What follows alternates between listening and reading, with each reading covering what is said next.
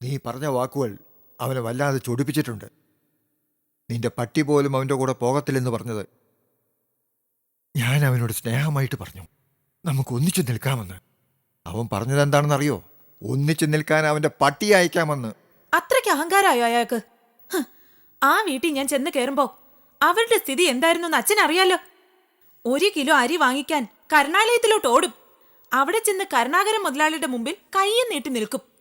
അതിനേക്കാൾ ഭേദം അമ്പലത്തിന്റെ നടയിൽ ഒരു തോർത്തം വിരിച്ചിരിക്കുന്നതായിരുന്നു എന്ന് പലപ്പോഴും ഞാൻ പ്രസാദിനോട് പറഞ്ഞിട്ടുണ്ട്. നാണം ഇല്ലാതെ ഇവര് 3 പേര് അങ്ങേരുടെ മുമ്പിൽ നിൽക്കുന്ന നിൽപ്പ് കാണണം. കൊടിച്ചിപ്പട്ടികൾ വാലും താഴ്ത്തി നിൽക്കുന്നത് പോലെ.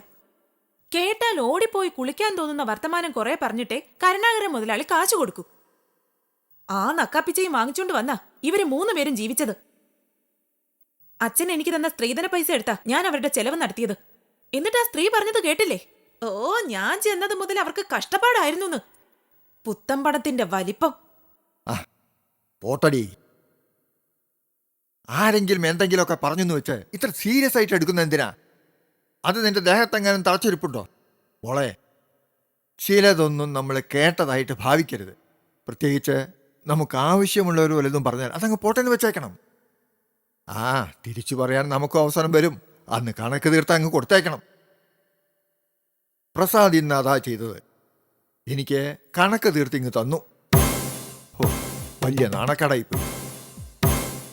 ആ കുര്യാക്കോസിന്റെ മുഖത്തെ പുച്ഛം കാണണമായിരുന്നു. കുര്യാക്കോസ് മുതലാളിയുടെ മുന്നിൽ വെച്ചാണോ പ്രസാദ് അച്ഛനെ ഇൻസൾട്ട് ചെയ്തത്? കുര്യാക്കോസ് മാത്രോ? എത്ര പേരുണ്ടായിരുന്നു?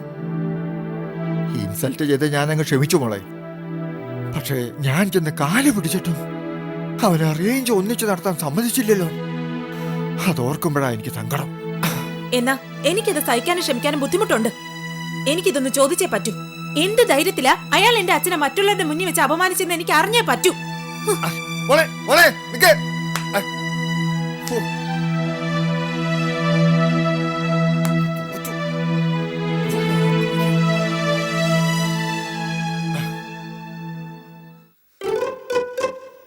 സരോജം പതുക്കെ സൂക്ഷിച്ച്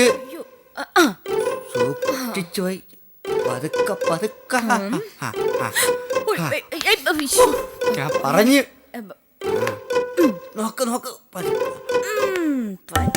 മനുഷ്യന്റെ ചങ്ക് പടഞ്ഞു. പതുക്കെ പതുക്കെ പതുക്കെ പതുക്കെ. സരോജം ഒറ്റ കമ്പിലുള്ള കളിയാണ്, സൂക്ഷിക്കണം. പതുക്കെ പതുക്കെ വെച്ചാൽ മതി.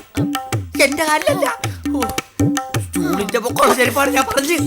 പേടിപ്പിക്കാതെ നിങ്ങൾ എന്നെ. പതുക്കെ പതുക്കെ. ഞാനുമേ കളിയാണ്. പതുക്കെ പതുക്കെ പതുക്കെ. സൂക്ഷിച്ച് സൂക്ഷിച്ച് സൂക്ഷിച്ച്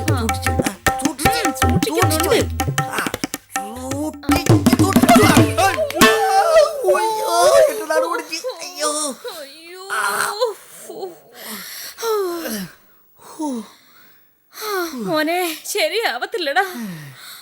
എണീക്ക്. അമ്മ പ്രാക്ടീസ് ചെയ്യാം. 2 ദിവസം കഴിയുമ്പോ ശരിയാവും. നടന്നേ. അതെ, നീ ശവം ആവാതിരുന്നാ കൊള്ളാം.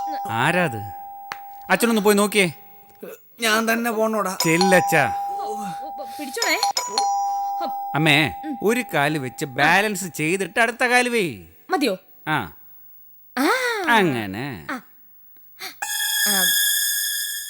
അയ്യോ, ഐശ്വര്യം കിട്ടിയപ്പോ അർദ്ധരാത്രിക്ക് കൊട പിടിക്കുന്ന പ്രസാദ് എന്ന നന്ദി കെട്ടവനുണ്ട് അവിടെ. അയ്യോ, ഒന്ന് കാണാൻ വന്നതാ. കുടുംബത്തോടെ നിങ്ങൾ കൊട പിടിക്കുന്നവരാണല്ലോ, അത് ഞാൻ മറന്നു. നന്നായിട്ടുണ്ട്. വയസ്സുകാലത്ത് ഈ വേഷം കെട്ടില്ലേ? എന്നാലും മുഖത്ത് ആ ദാരിദ്ര്യവാസി ഭാവം മാറിയിട്ടില്ല കേട്ടോ. അതെങ്ങനെയാ? ചെറ്റ തമ്പുരാനായാലും തമ്പുരാൻ ചെറ്റയായാലും 7 കൊല്ലം എടുക്കും ഒന്ന് മാറാൻ എന്നാണല്ലോ പഴഞ്ചൊല്ല്. എടി, അസൂയപ്പെട്ടിട്ട് ഒരു കാര്യമില്ല. എന്ന് നീ ഇവിടുന്ന് ഇറങ്ങിപ്പോയോ അന്ന് ഞങ്ങളുടെ ജാതകം തെളിഞ്ഞു. അതെ അതെ, ഞാൻ വന്ന് കയറുന്നതിന് മുമ്പ് അരി വാങ്ങിക്കാൻ കാശില്ലായിരുന്നു. ദിവസവും 3 നേരം ഇവിടെ അടുപ്പ് കത്താൻ തുടങ്ങിയത് ഞാൻ വന്നതിന് ശേഷം. കരുണാലയത്തിൽ പോയി കൈനീട്ടാതെ അരിയും മുളകും വാങ്ങിക്കാൻ പറ്റിയത് ഞാൻ വന്ന് കയറിയതിന് ശേഷം. അത് നിങ്ങൾക്ക് ഓർമ്മയില്ലായിരിക്കും, പക്ഷെ എനിക്ക് നല്ല ഓർമ്മയുണ്ട്. നിങ്ങൾക്ക് പിന്നെ നന്ദി എന്ന 2 അക്ഷരം അറിഞ്ഞൂടല്ലോ. മോനെ പ്രസാദേ, അടിച്ചു പുറത്താക്കടാ ഇവളെ. വേണ്ട, ബുദ്ധിമുട്ടണ്ട, ഞാൻ തന്നെ പൊയ്ക്കോളാം. 2 വാക്ക് എനിക്ക് ചോദിക്കാനുണ്ട്, അത്രേ ഉള്ളൂ.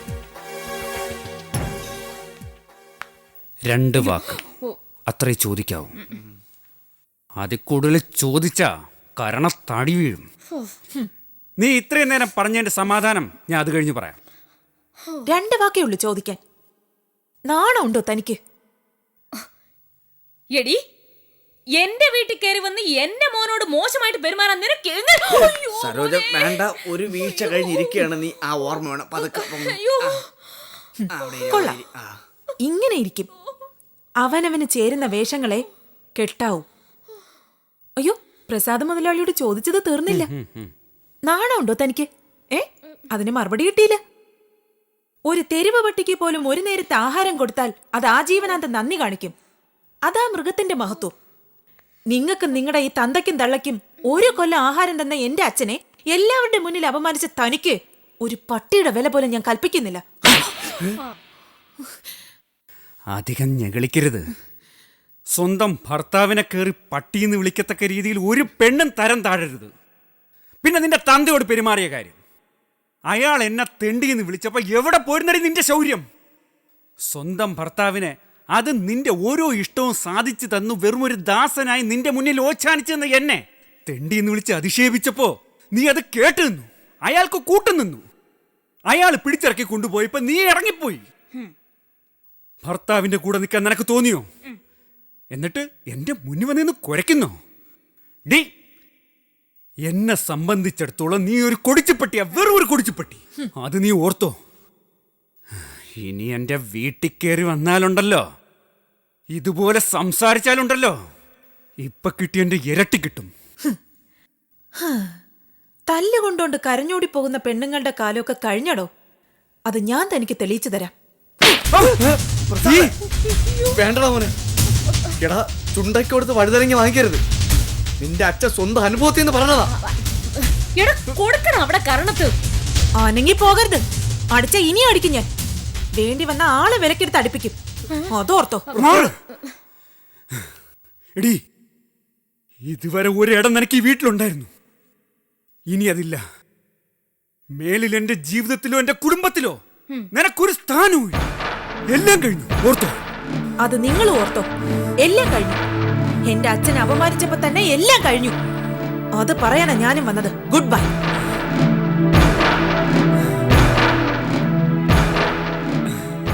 സാരമില്ല മക്കളെ, നിന്റെ അമ്മ എന്റെ കരണത്തും അടിച്ചിട്ടുണ്ട്. സംഭവം ബെഡ്റൂം വെച്ച് നടന്നതുകൊണ്ടും അപ്പൊ ഇരുട്ടായതുകൊണ്ടും സംഭവം ആരും അറിഞ്ഞില്ല. ഇങ്ങനെയൊക്കെയാടാ എൻ്റെ പൊന്നുമക്കളെ ജീവിതം. പോട്ടെ, പോട്ടടാ. ആ മോളെ, എന്താ നീ പ്രസാദിന്റെ വീട്ടിൽ പോയോ? എന്താ ഉണ്ടായത്? നീ ഒന്ന് തുറന്നു പറയേ, എന്താ ഉണ്ടായത്? ഇതെന്താ മുഖത്ത് പാട് വീണ് കിടക്കുന്നല്ലോ? അവൻ എന്നെ അടിച്ചോ? അയാൾ എന്നെ അടിച്ചു, ഞാനും അടിച്ചു. ഇതുപോലൊരു പാട് അയാളുടെ കരണത്തുണ്ട്. ദൈവമേ, നീ എന്തൊക്കെയാ മോളെ ബുദ്ധിമോശം കാണിച്ചത്? എന്തൊരു മണ്ടത്തരം നീ ചെയ്തത്? അടിപിടി ബഹളം എന്നൊക്കെ പറഞ്ഞാൽ ഈ ബന്ധം അതോടെ നഷ്ടപ്പെട്ടു പോവില്ലേ? നയത്തിലും തഞ്ചത്തിലും വേണ്ടേ നമ്മൾ ഇതൊക്കെ കൈകാര്യം ചെയ്യാൻ? എന്ത് നയം, എന്ത് തഞ്ചം? അയാളുടെ ജീവിതത്തിൽ ഇനി ഞാനില്ല, എന്റെ ജീവിതത്തിൽ അയാളും ഇല്ല. അങ്ങനെ തീർത്തു പറയരുതേ മോളെ. നമുക്കതൊരു വലിയ നഷ്ടമാകും.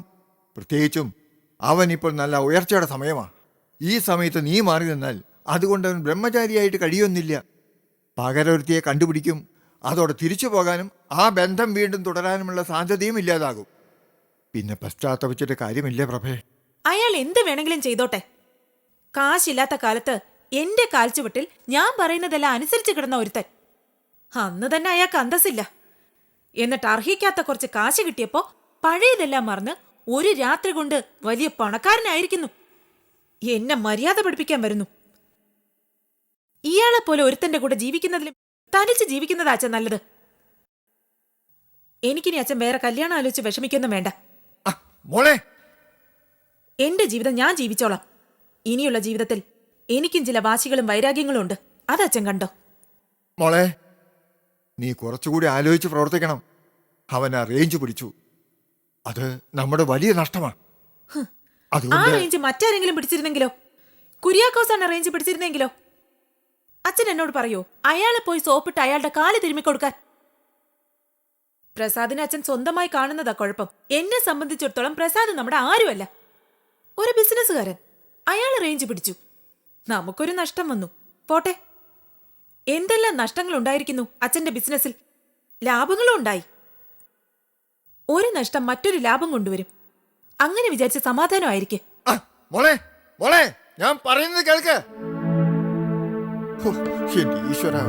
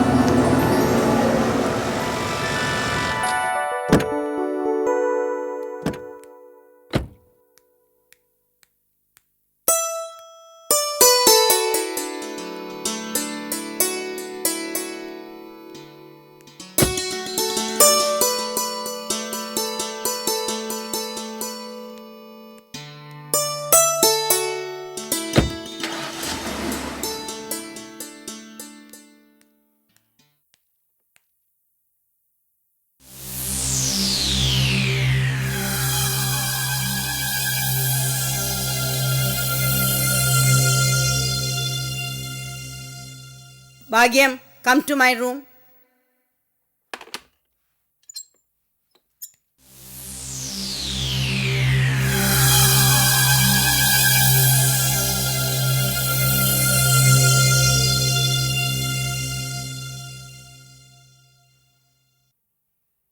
Good morning madam. Good morning.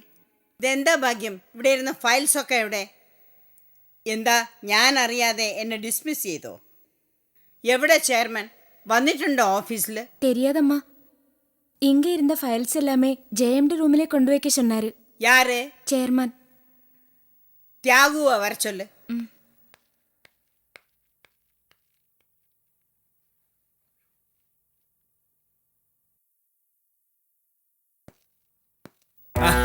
ശരി ശരി സാർ. ആ ഓർഡർ ഉടനെ നമുക്ക് അയക്കാം. ആ ഫയൽ ഞാൻ കണ്ടു. ഇപ്പം ശരിയാക്കി വിടാം. ഒരു 15 മിനിറ്റ്. പിന്നെ ആ ബോംബെക്കാരുടെ പൈസ വന്നിട്ടില്ല. അതിന് വെച്ച് നീട്ടണോ അതോ വക്കീൽ നോട്ടീസ് അയക്കണോ? അതെ അതെ, Lal Seth and sons. Okay sir. ശരി sir. Done done sir. Right sir. എന്നമ്മ എന്ന വിഷയം? എഴുന്നേക്ക്, എഴുന്നേക്ക്. നിന്നോട് ഞാൻ ഇരിക്കാൻ പറഞ്ഞോ? ഇല്ല. ഞാൻ ഇരിക്കാൻ പറഞ്ഞിട്ട് ഇരിക്കണം. Yes madam. Sit down. Yes madam. Good morning. Good morning. Thyagu, നിന്റെ പേര് ത്യാഗരാജൻ എന്നാണെങ്കിലും ജീവിതത്തിൽ അത്ര വലിയ ത്യാഗമൊന്നും നീ ചെയ്യണ്ട. കുറെ ഫയലുകളെല്ലാം എൻ്റെ മുറിയിലിരുന്നാണല്ലോ, അതൊന്നും ഇവിടെ കണ്ടില്ല. എങ്ങനെ അത് മായമായി മറഞ്ഞു? അത് പിന്നെ അമ്മ, സത്യം പറഞ്ഞാൽ എനിക്കറിഞ്ഞൂടാ. ആ? ഞാൻ രാവിലെ വന്നപ്പോൾ ആ ഫയലുകളൊക്കെ എൻ്റെ മുറിയിരിക്കുന്നു. ഒക്കെ നോക്കി അയക്കണമെന്ന് ബാലു സാർ പറഞ്ഞു. അമ്മാവടെ മുറി ഇരുന്നതാണെന്ന് ഞാൻ അറിഞ്ഞില്ല. അത് ബാലു സാർ എന്നോട് പറഞ്ഞതുമില്ല. ത്യാഗരാജൻ എന്നിട്ട് ആ ഫയലുകളൊക്കെ നോക്കി അയച്ചോ? അത് പിന്നെ നോക്കിക്കൊണ്ടിരിക്കുന്നമ്മ. ഓ, ഇന്നലെ രാവിലെ ഞാൻ 7 മണിക്ക് വന്നിട്ട് രാത്രി 12 മണിക്കാ പോയത്. ഇന്ന് രാവിലെ വീണ്ടും 6-നെത്തി. ഓ, എന്തൊരു ജോലിയാണ് എൻ്റെ അമ്മ. ഈ പ്രായത്തിലും അമ്മ ഇത്രയും സ്ട്രെയിൻ എടുക്കുന്നു എന്ന് ആലോചിക്കുമ്പോൾ അത്ഭുതം തോന്നുക. സമ്മതിച്ചെന്നമ്മ, സമ്മതിച്ചെന്നു നിങ്ങളെ, സമ്മതിച്ചു. 2 കൈയെടുത്ത് കുമ്പിടുക. ഓ, അതെന്റെ ജോലി, കടമ. MD-യുടെ ശമ്പളം വാങ്ങിക്കുന്നല്ലേടാ, അതിന് ജോലി ചെയ്ത് കൊടുക്കുന്നു നിന്റെ ബാലു സാറിന്. ശരി ശരി, അപ്പോ എനിക്കിനി ജോലിയൊന്നുമില്ല. ഓർഡർ നീ നോക്കും, ഡെലിവറി നീ നോക്കും, ഓപ്പറേഷൻസും മെയിൻ്റെനൻസും നീ നോക്കും. എന്നമ്മ இந்த மாதிரி சொல்றீங்க? എന്നോട് പറഞ്ഞ ജോലി ഞാൻ ചെയ്യുന്നു, അത്രേ ഉള്ളൂ. ഡാ, ബാലു ഒരു പാവാണടാ. അവൻ ബിസിനസ് പഠിച്ചു തുടങ്ങിയിട്ടേ ഉള്ളൂ. അവൻ എത്ര ഡിഗ്രി ഉണ്ടെങ്കിലും മനുഷ്യരെ മനസ്സിലാക്കാനുള്ള കഴിവില്ല. അതിനെ ജീവിതത്തെക്കുറിച്ചുള്ള വിദ്യാഭ്യാസം ആവശ്യം. നീ അവന് പാഠങ്ങളൊക്കെ പഠിപ്പിച്ചു കൊടുക്കണം. അതിന് ചിലപ്പോ കൂടുതൽ പൈസ ചെലവാവും, എന്നാലും സാരമല്ല. നീ നല്ല ഗുരുവായിരിക്കണം. എന്നമ്മ அந்த மாதிரி இல்லடா, அது ഫ്രണ്ട്സ് ബിസിനസ്സിൽ പാർട്ട്നേഴ്സ് ആവக்கூடாது. അങ്ങനെ ആയാൽ ബിസിനസ് പൊളിയും. ആ പാഠം പഠിച്ചാലേ മനസ്സിൽ തറയ്ക്കും. ശരി ശരി, നടക്കട്ടെ നടക്കട്ടെ. അമ്മ, എനിക്കറിയാവുന്ന എന്ത് ഞാൻ പഠിപ്പിച്ചു കൊടുക്കാം. എന്നെ കൊണ്ട് എന്ത് സേവനവും ഞാൻ ബാലു സാറിന് ചെയ്തു കൊടുക്കാം. അതിലൊരു സംശയം വേണ്ട. ഈ പുതിയ ജോലി എനിക്ക് അമ്മാവോടെ ഹെൽപ്പ് വേണ്ടി വരും. എങ്ങനെ ഈ ഫയലുകളൊക്കെ കൈകാര്യം ചെയ്യണമെന്ന് അമ്മ എന്നെ ഒന്ന് സഹായിക്കണം. എടാ ത്യാഗു മോനെ, ഓ, ഇത് നീന്തൽ മാതിരി സ്വിമ്മിങ്. പഠിപ്പിക്കുന്നവർക്ക് കരയിൽ നിൽക്കാനേ പറ്റൂ. നീന്തേണ്ടത് പഠിക്കുന്നവർ തന്നെയാ.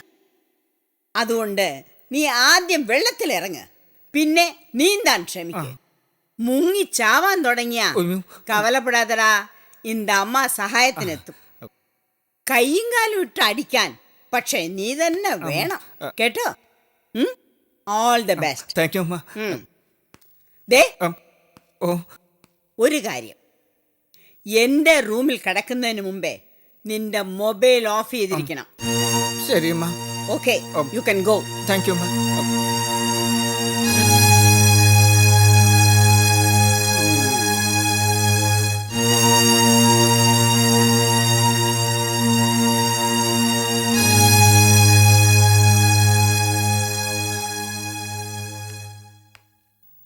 അമ്മ, എല്ലാവർക്കും വിട്ടുകൊടുത്താ പിന്നെ അതൊരു റിസ്ക് അല്ലേ?